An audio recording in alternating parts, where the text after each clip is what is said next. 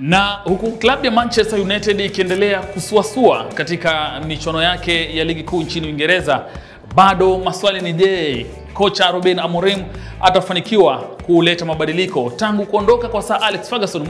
Kumbuka United imekuwa ikiteua na kuwafuta makocha tajika kutokana na msururu wa matokeo ya kupanda na kushuka. Lakini msimu huu hata licha ya kuanza vibaya, kocha Ruben Amorim ameanza kuona mwanga wa mafanikio. Kwa sasa United wako mechi 4 bila kupoteza, ushindi mara 3 na sare moja. Jumamosi hii watakuwa wanamenyana na Tottenham Hotspur katika mechi nyingine ambayo itakuwa ni majaribio makubwa sana kwa kocha Ruben Amorim. Je, unadhani Manchester United itaendeleza msururu wa matokeo mazuri kama ilivyofanya dhidi ya Chelsea, Liverpool na Brighton? Kwa sababu Jumamosi hii al kickoff itakuwa Spurs dhidi ya United, mechi ambayo mashabiki wako na wasiwasi kwamba huenda basi msururu wa matokeo mazuri ya kocha Ruben Amorim yakasimamishwa. Sema nasi, mimi ni Omar Mazera na hii ni Sport Check. More Radio 88.2 FM.